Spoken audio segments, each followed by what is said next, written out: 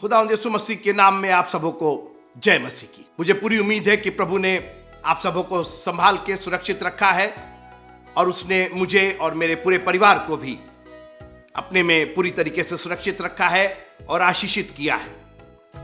उत्पत्ति की पुस्तक हम बहुत गहन अध्ययन कर रहे हैं और मुझे खुशी है कि परमेश्वर नए नए तरीकों से हमें एक बार फिर से उत्साहित कर रहा है। जिस किताब को हमने अभी तक ये सोचा था कि बस ये एक कहानी किस्से और कुछ घटनाओं पर आधारित है, आज हमें समझ में आ रहा है कि ये हमारी जिंदगियों के लिए एक ऐसा रोड मैप है, एक ऐसी किताब है जो हमारे पांव के लिए दीपक और हमारे पथ के लिए उजियाला है। और मुझे पूरा यकीन है कि मेरे साथ साथ आप भी इन खुलासों से, उत्पत्ति के जो गंभीर रहस्य है, उनसे आशीषित हो रहे हैं। आज हम 48वें अध्याय पर थोड़ी देर के लिए आपका ध्यान आकर्षित करना चाहते हैं। यूसुफ के दो बेटे थे, बड़े बेटे का नाम मनश्शे और छोटे बेटे का नाम एप्रैम। मैं यहां एक बात स्पष्ट कर देना चाहता हूं कि ये जो एप्रैम है यही इंग्लिश में इफ्राइम है, और मैं कोशिश करूंगा कि दोनों इंग्लिश हिंदी के दोनों के नाम इस्तेमाल करूं, लेकिन अगर मैं इफ्राइम बोल रहा हूं तो वही एप्रैम है। और इफ्राइम हमारे यहां बहुत कॉमन और बहुत सामान्य सा नाम है। बहुत से लोग के नाम मसीहियों में इफ्राइम होते हैं। एप्रैम तो मैंने शायद नहीं सुना, लेकिन इफ्राइम होते हैं। तो यही एप्रैम इफ्राइम है इंग्लिश में। मनश्शे बड़ा था और इफ्राइम छोटा था। मेरे साथ आइए इब्रानियों की पत्री और उसका 11वां, Hebrew chapter 11 and verse number 21। विश्वास ही से, अब मैं यहां रुकना चाहता हूं। विश्वास ही से याकूब ने, तो याकूब के क्या विश्वास थे? दो तीन बातें हमने याकूब के चरित्र को, उसके जीवन को बहुत अच्छे से देखा। विश्वास ही से याकूब ने अपने पापा इसहाक की आशीष ग्रहण किया। विश्वास ही से बेतेल में उसने उस सीढ़ी को देखा। विश्वास ही से 14 साल उसने अपने मामू लाबान के यहां काम किया। बहुत सारी विश्वास की घटनाएं उसके जीवन में थीं। आप मेरे साथ रहिए, मैं अपने विषय से नहीं हटाऊं। मैं अभी भी मनश्शे और एप्रैम पर हूं। नए नियम में इब्रानियों की पुस्तक के 11वें अध्याय की 21वीं आयत में विश्वास ही से याकूब ने अपने पिता इसहाक की आशीष ग्रहण किया।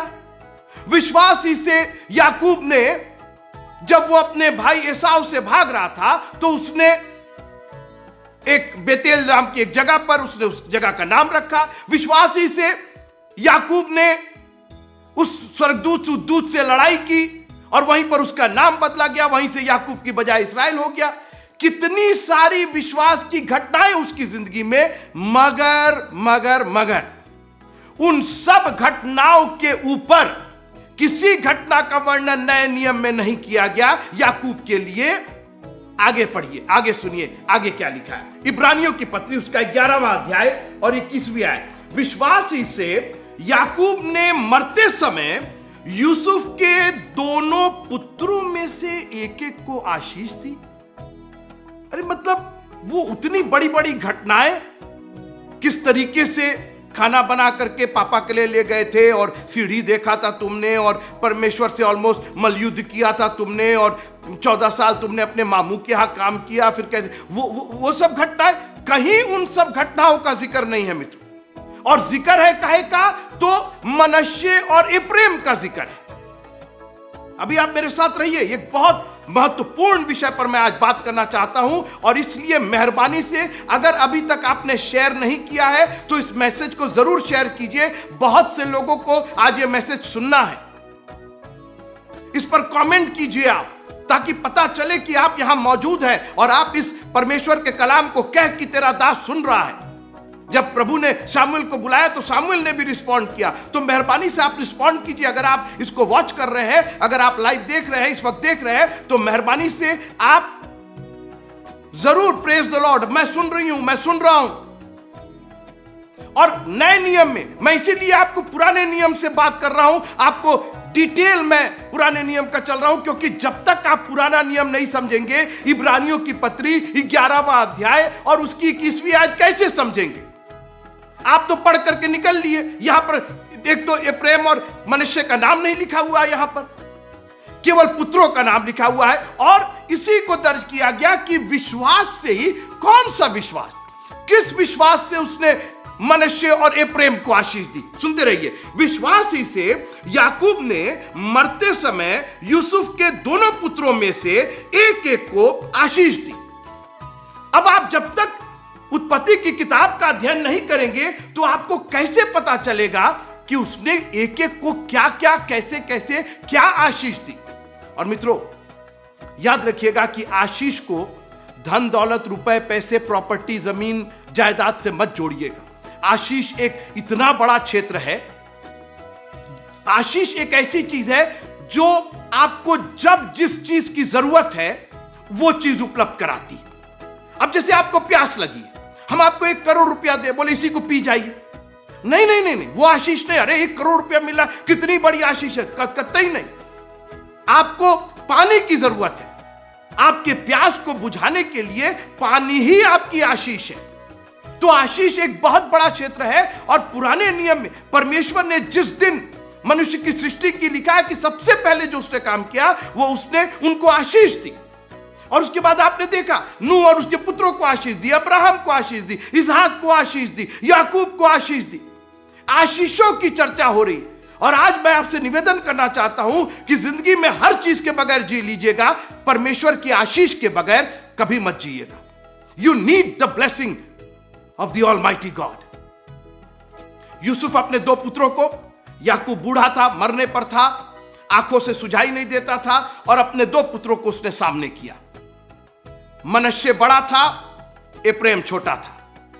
अब आप ध्यान से देखिए, सामने याकूब इस्राएल खड़ा है, यूसुफ का पापा, इन बच्चों का दादा, और यूसुफ ने ऐसा दोनों बच्चों को उसके सामने किया कि मनश्शे जो बड़ा था वो याकूब के दाहिने होता, उसका दाहिना हाथ मनश्शे पर, क्योंकि वो पहलौटा था, बड़ा था, और बाएं तरफ उसने एप्रैम को कर दिया, इफ्राइम को कर दिया, क्योंकि वो छोटा था।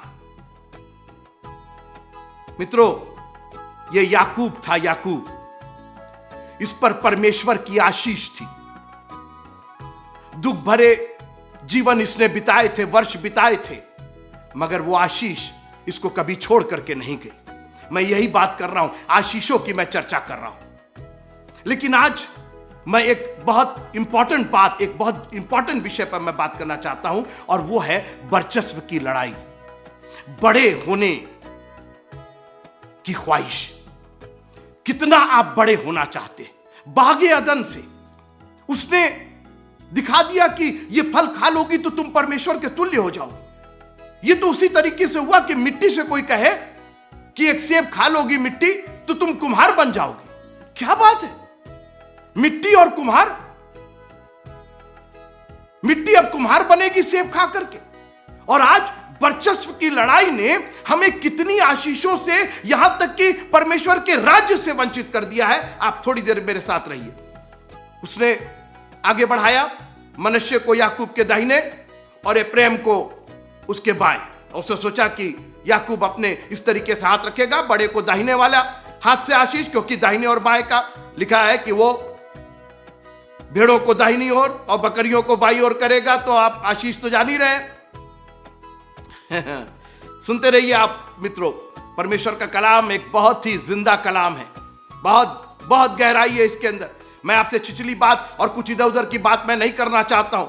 मैं आपको सिर्फ जंक फूड नहीं खिलाना चाहता हूं, मैं आपको वो गिज़ा देना चाहता हूं जो खुदावंद अपने कलाम से आज वो रोटी खिलाना चाहता है, जो हमारे जिस्म के एक एक अंग में घुस जाए, हमारे आत्मा को पूरी तरीके से सराबोर कर दे, अनॉइंट कर दे और आशीषित कर दे। Praise the Lord. मगर एक घटना होती है। याकूब बजाय अपने दोनों हाथ को सीधे करके और मनश्शे और इफ्राइम को आशीष देने के, उसने हाथ अपना क्रॉस कर दिया, अपना दाहिना हाथ इफ्राइम पर छोटे पर रख दिया और अपना बायां हाथ बड़े पैलौठे पर रखा।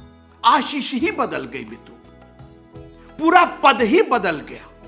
और आज मैं इसी पर आपसे थोड़ी देर चर्चा करना चाहता हूं कि परमेश्वर ने, और आगे पढ़िएगा, वो रीत बन गई।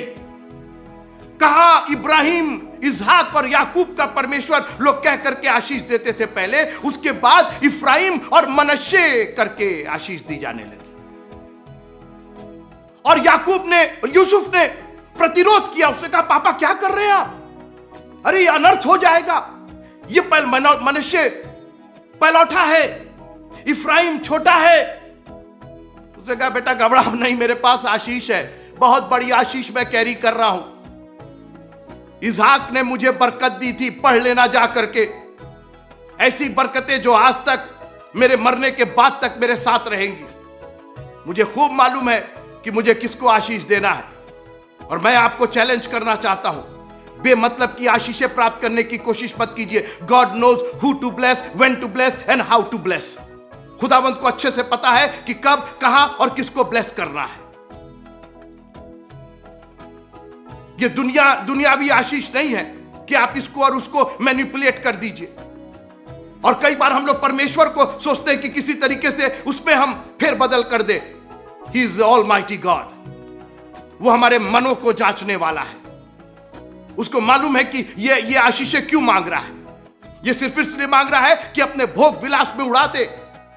इसका मेरे पीछे चलने का, मुझे प्रशंसा करने का, मुझे धन्यवाद देने का उसको कोई शौक नहीं है। और एक रीत चली वहां से, आशीष छोटे को मिल गई और बड़े को छोटे की आशीष मिली। बड़ा जो था वो छोटा हो गया और छोटा बड़ा हो गया। और आपको याद होगा, याकूब यही आशीष लेकर के तो आया था। उसने तो अपना उसने एसाव से पैलौठापन खरीद लिया था, आशीषित हो गया था मित्र।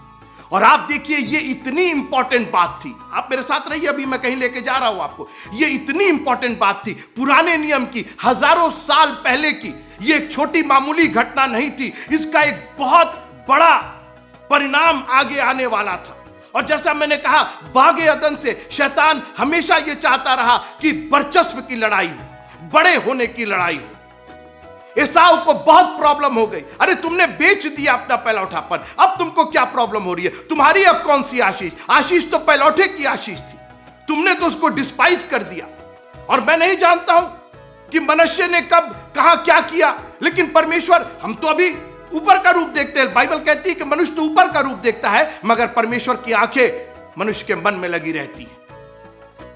और पैलौठे की आशीष छुटके को मिल गई, इफ्राइम को मिल गई। यूसुफ ने कहा पापा ये क्या कर रहे हैं? उसने कहा मुझे मालूम है कि मैं क्या कर रहा हूं, मुझे मालूम है किसको आशीष देनी है। साल दर साल बीतते चले गए मित्रों, और खुदा यीशु मसीह इस दुनिया में आए। और इसलिए आए कि हम जिंदगी पाएं और बहुतायत की जिंदगी पाएं। एक घटना हुई मत्ती की इंजील उसके 17वें अध्याय में। लोगों ने यीशु मसीह को अक्यूज किया, उस पर दोष लगाया कि चेलों से कहा कि तेरा गुरु जो है वो टैक्स नहीं देता है। वो घटना आपको मालूम है। यीशु मसीह ने पतरस को बुलाया और कहा कि झील में जा करके एक मछली पकड़ के लाओ, उसका मुंह खोलोगे तो उसमें सिक्का मिलेगा और उससे टैक्स पे कर दो। सुनते रहिएगा, ये 17वें अध्याय, मत्ती के 17वें अध्याय के आखिर की यह घटना है। देख कौन रहा था इस चीज को? इस चीज को पूरा अवलोकन कौन कर रहा था? उसके चेले कर रहे थे। सुनते रहिए मेरे साथ, उसके चेले कर रहे थे। ये तो गजब बात, क्या बात, ये तो बढ़िया तरीका है, गजब गुरु है। ये तो पैसे, मछली के मुंह से पैसे निकालता है। अरे ये प्रॉपर्टी तो गजब की प्रॉपर्टी है, ये अगर बेच देंगे तो अब तो पैसे ही पैसे मिल जाएंगे। और ये तो बड़ा आसान है, ये तो हमारे बाप दादे हमको दे के चले गए। ये चर्च की प्रॉपर्टी है, मिशन की प्रॉपर्टी है, और इस पर तो बड़ा आसान तरीका है। सुनते रहिए, 18वां अध्याय शुरू होता है, और 18वां अध्याय शुरू होता है उसी समय। 17वां अध्याय खत्म हुआ और 18वां अध्याय शुरू हुआ उसी समय। अब आप क्वेश्चन होगा ना, किस समय? तो उसी समय जब उन्होंने देखा कि यीशु मसीह ने एक मछली के मुंह से पैसे निकलवा दिया, और उन्होंने कहा कि अगर क्या गजब का तरीका है, तो उन्होंने सोचा कि अगर ये पोजीशन जो पतरस की पोजीशन है कि वो जाता है और मछली मारता है और उसके मुंह में से पैसे निकलते हैं, तो ये पोजीशन तो मेरे को चाहिए। ये तो बड़ा अच्छा तरीका। अब तो पतरस को जब भी पैसे की जरूरत पड़ेगी, जाएंगे भाई साहब, मछली पकड़ के लाएंगे और मुंह से निकाल लेंगे उसके। उसी समय, उसी घड़ी चेले यीशु के पास आकर पूछने लगे, शास्त्री और फरीसी नहीं, अन्य जाति नहीं, गैर चर्च वाले नहीं, गैर मसीही नहीं, मित्रों मेरी बात सुनिए आप। याकूब ने यूसुफ के एक एक पुत्र को आशीष दी। कौन सी आशीष दी? सुनते रहिए वो आशीष। नए नियम में वो आशीष यीशु मसीह ने उसको खुलासे के साथ, क्योंकि इन चेलों के अंदर कूट कूट के भरा हुआ था, वर्चस्व कौन रखेगा, बड़ा कौन बनेगा। मैं फिर आ रहा हूं, और आज तक मसीहियों में अगर कोई लड़ाई है, अगर हम आशीषों से वंचित हो रहे, और कौन सी आशीष? स्वर्ग जाने वाली आशीष। मेरे साथ रहिए, अभी मैं आ रहा हूं वहीं पर। अरे स्वर्ग जाने के लिए तो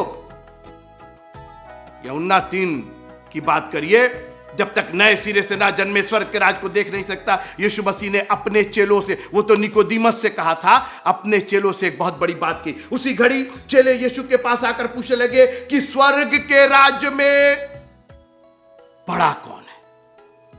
आप सोचिए, मतलब इतनी घटिया बात, स्वर्ग के राज्य में। अरे वो स्वर्ग का राज्य है। हे हमारे पिता, तू जो स्वर्ग में है, तेरा नाम पवित्र माना जाए, तेरा राज्य आए। अरे स्वर्ग के राज, ओ हालेलुया, स्वर्ग के राज में मित्रों अगर बड़ा है तो सिर्फ खुदावंद बड़ा है। There is nobody else. उसने कहा, मुझे छोड़ दूसरों को ईश्वर करके मानना नहीं। आज चेले पूछ रहे हैं, हम में बड़ा कौन है? आज वर्चस्व की लड़ाई हो रही है। चर्च में बड़ा कौन है? हमको पहले नहीं बोला गया, हमको सिर्फ दुआ करने के लिए बोला जाता, हमको सिर्फ चंदा लेने के लिए बोला जाता, हमको सिर्फ। आज वर्चस्व की लड़ाई में, आज सुनते रहिए, अरे तो क्या हुआ, ये तो नहीं मित्रों, हमने इसको कभी ध्यान नहीं दिया इसके ऊपर। शायद किसी ने हमको प्रीच नहीं किया, लेकिन आज मैं आपको जड़ से हिलाना चाहता हूं कि हम सोचते हैं कि सिर्फ नए जन्म प्राप्त करने से आप स्वर्ग को पाएंगे। आगे सुनिए, इस पर उसने एक बालक को पास बुलाकर उनके बीच में खड़ा किया और कहा, मैं तुमसे सच कहता हूं, यदि तुम ना फिरो और बालक के समान ना बनो तो स्वर्ग के राज्य में प्रवेश ना करने पाओगे। आप कॉन्सिक्वेंस सुन रहे हैं, परिणाम सुन रहे हैं। अरे लेकिन वो तो हम सोचे थे कि वो नए सिरे से जन्म लेना है, और हम तो बॉर्न अगेन हैं। आज बॉर्न अगेन पर बात ही बात हो रही है।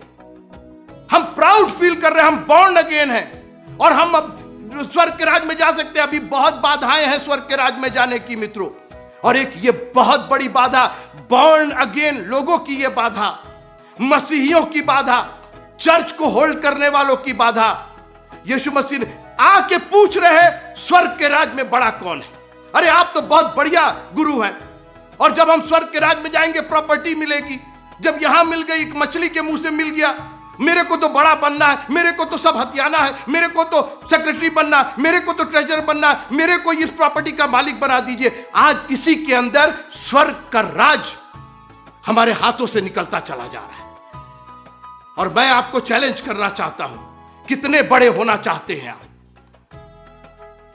और कहां बड़े? आप छोड़ दीजिए दुनिया की बात, उन्होंने कहा स्वर्ग के राज में कौन बड़ा है। मतलब सोच देखिए मित्रों, जब आपकी सोच घटिया होती है ना, जब छोटी दृष्टि होती है, तो फिर स्वर्ग का राज्य भी आपको एक मजाक लगता है।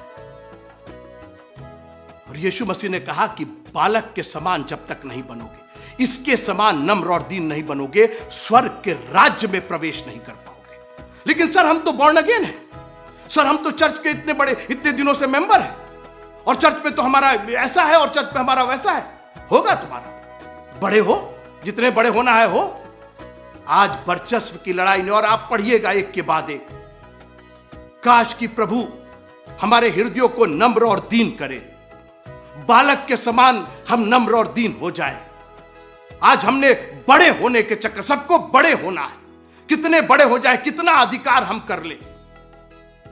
अरे अधिकार करना है तो दुष्टात्माओं पर अधिकार कीजिए। अगर अधिकार करना है तो अपने घमंड पर अधिकार कीजिए, उसको नीचे कीजिए। कहिए प्रभु मैं नम्रता और दीनता के साथ आपके पास आता हूं। काश की जो एक परिपाटी, एक रीत याकूब ने परमेश्वर की आशीष पाकर के चलाई थी, क्रॉस कर दिया मित्रों, बदल दिया, उस रीत को बदल दिया कि पहलौठे को पहलौठे की आशीष और छुटके को छुटके की आशीष बदल दिया। जो कोई तुम में बड़ा होना चाहे, जो कोई अधिकारी होना चाहे, दास बने। बड़ा मुश्किल है, यही तो क्रूस है। और यीशु मसीह ने कहा जो कोई मेरे पीछे आना चाहे क्रूस उठा के चले। उस क्रूस में एक पार्ट आपके नम्र और दीन होने का भी है। आप बड़े होना चाहते हैं, हम भूल जाते हैं कि एक पेड़ जो है, हम हमेशा कहते, भजन संहिता 1 दोहराते, क्या ही धन्य वो पुरुष, वो उस वृक्ष के समान है। बिल्कुल सही बात है, लेकिन वृक्ष के रूप में नहीं लगता है, वो बीज के रूप में लगता है। बीज कोई नहीं बनना चाहता है, परमेश्वर का वचन कोई नहीं ग्रहण करना चाहता है। सबको वृक्ष बनना है और कितना फल ला दे। जब तक आप बीज नहीं होंगे तब तक आप उगेंगे नहीं, जब तक उगेंगे नहीं तब तक वृक्ष नहीं होंगे, और जब तक वृक्ष नहीं होंगे तब तक आप फल नहीं लेके आएंगे। मगर उसकी शुरुआत बीज से होती है। अरे पापा ये क्या कर रहे हैं आप? मुझे मालूम है मैं क्या कर रहा हूं। और उसके बाद से लोगों ने जब भी आशीष देना शुरू किया, आज तक ये रीत है यहूदियों में, इफ्राहिम और मनश्शे के समान प्रभु तुमको आशीष दे। कहा मनश्शे और इफ्राहिम के समान होना चाहिए। ये प्रभु का एक ऐसा बड़ा कलाम है मित्रों, जो हमारी जिंदगियों को इतना खूबसूरत बना सकता है। हम मसीही लोग हैं, हम लोग प्रभु के मानने वाले लोग हैं। नम्रता और दीनता कूट कूट करके भरी होनी चाहिए। आज जानते हैं बच्चे के जो सबसे बड़ा जो कैरेक्टर होता है, वो बुरा नहीं मानता। आज चर्च में इतना बुरा लग जाता है, मेरी सीट पर कोई बैठ गया तो हमको बुरा लग जाता है, मेरी गीत किताब किसी ने उठा ली, मेरे को किसी चर्च में ही बुरा लगता है। संसार में संसार हमें हमेशा सताता रहता है, वहां बुरा नहीं लगता है, चर्च में हमको बुरा लगता है और चर्च ही छोड़ देते हैं। हम नहीं आएंगे, पादरी साहब ने ऐसा बोल दिया और फलाने ने ऐसा बोल दिया और आज तो ऐसा प्रचार कर दिया। अच्छी बात है, रहिए, अपना बड़ापन लेकर के रहिए। कहीं ऐसा ना हो कि आप स्वर्ग के राज्य से ही वंचित हो जाए। क्योंकि मित्रों, जब माता लेकर के आई, 2 चेलों को, एक को दाहिने बैठाइएगा, एक को बाएं बैठाइएगा, इनको बड़ा कीजिएगा। यीशु मसीह ने कहा ये मेरा काम नहीं है, एक पुत्र के रूप में मेरा ये काम नहीं है, ये पिता ही करेगा। और आज मैं भी चैलेंज करना चाहता हूं, अपने को भी मैं प्रीच कर रहा हूं, प्रभु मुझको भी नम्र और दीन बनाइए। क्योंकि न्याय आप ही करेंगे कि हमारे दिल में कितनी नम्रता और दीनता है। ऊपर से भले ही हम दिखाएं, दिखावे के लिए भले ही नहीं ब्रदर आप, नहीं सिस्टर आप, ये भले ही आप कर सके, लेकिन कहीं ऐसा तो नहीं है कि परमेश्वर की दृष्टि आपके मन के घमंड पर लगी हुई है। दाऊद अपने भजन में कहता है, मुझे घमंड के पाप से बचाइएगा। ये घमंड का पाप वर्चस्व की ख्वाहिश जगाता है, कितने हम बड़े हो जाए, सबसे बड़े हो जाए। अच्छी बात है, बड़े होइए, मगर उसकी शुरुआत छोटेपन से होगी। आपका बड़ापन कहीं नहीं गया है, उसकी आशीष आपकी है। खुदा आप सबको बहुत आशीष दे। जय मसीह।